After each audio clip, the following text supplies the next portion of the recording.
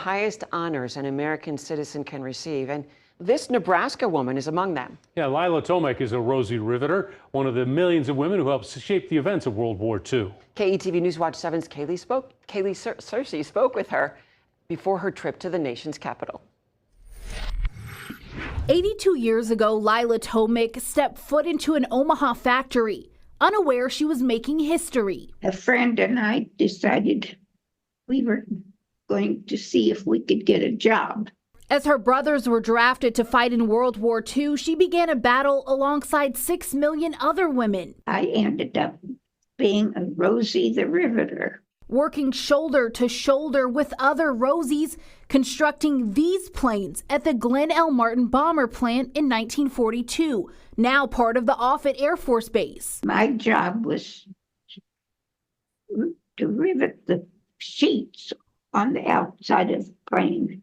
3 years, 7 days a week, and in many cases 12-hour days, putting together 25,000 pieces to make up B-29s, the planes being flown into battle. It was critical work in 1945 as the women prepared the bomber plane Enola Gay to drop the first atomic bomb and end the war. I think it's so important that we don't lose sight of the efforts that these women made. Now, at 101 years old, Tomek is among the Rosies being presented with a U.S. Congressional Gold Medal.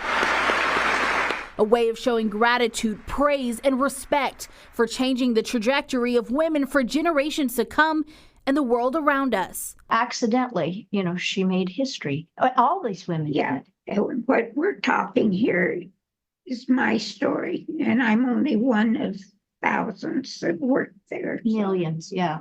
So that's what I don't want people to think I'm a big hero. I'm not a hero at all.